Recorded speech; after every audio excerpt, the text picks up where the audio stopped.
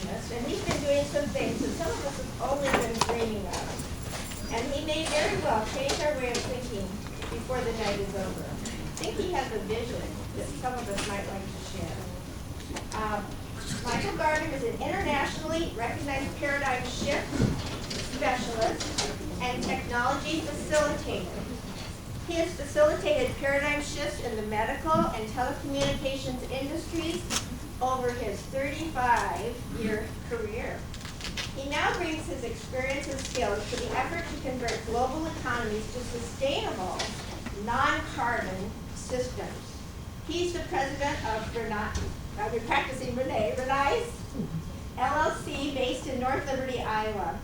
He's involved in carbon elimination projects here in the United States, China, the Caribbean, and Australia.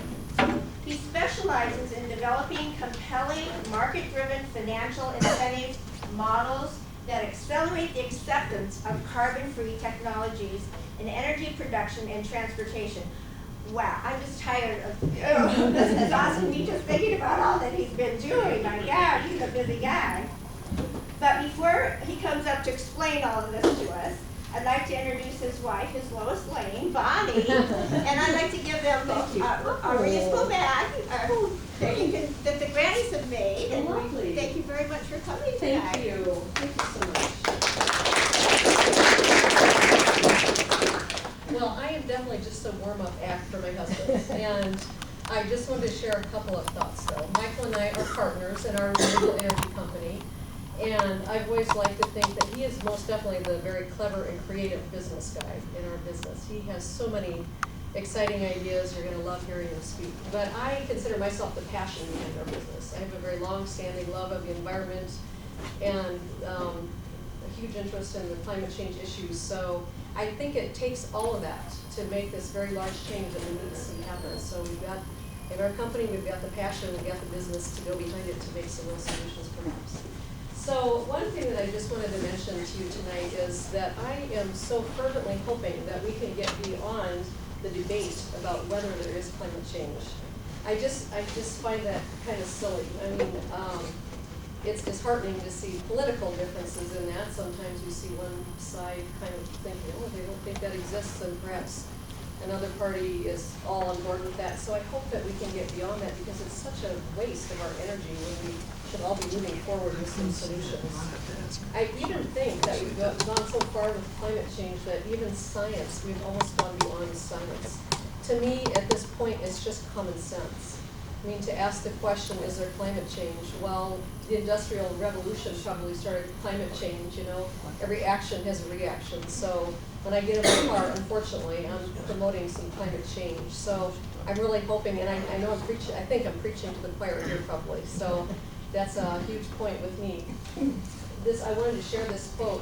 I didn't really fact check it. It's possible that the Dalai Lama didn't say this, but I like it anyway, so I want to share it. So hopefully, when asked what surprised him most about humanity, he answered man, because he sacrifices his health in order to make money. Then he sacrifices money to recuperate his health. Then he's so anxious about the future that he does not enjoy the present or the future. He lives as if he's never going to die, and then dies having never really lived. And I have a hunch that everybody in this room would like that to not be the story of their life. So it's very heartening to be in this room with some like-minded people, because I think we don't want it to be this way. Climate change is here, but I don't want to just, have a negative message. We can do this. And when I see a group like the Grannies group and many, many, many other groups, we know that we can do this and we must do this. We do this for our children and our children's children and our children's children's children. And I do love this quote: "A society grows great when old men and women plant trees whose shade they know they shall never see." And I feel that way at my age, but how wonderful it is to take up the battle cry here and do this for everyone, including our children. So we may not see the end of it, but we can sure see the start of it, and the start of it's already here. So I thank you all for having us here tonight. I also feel connecting the dots is kind of an idea that settles in with me. And I think one of your previous speakers had a talk that had that as part of his message, and I see it that way. I feel I'm a dot. Michael's a great big dot. He's probably a whole county full of dots.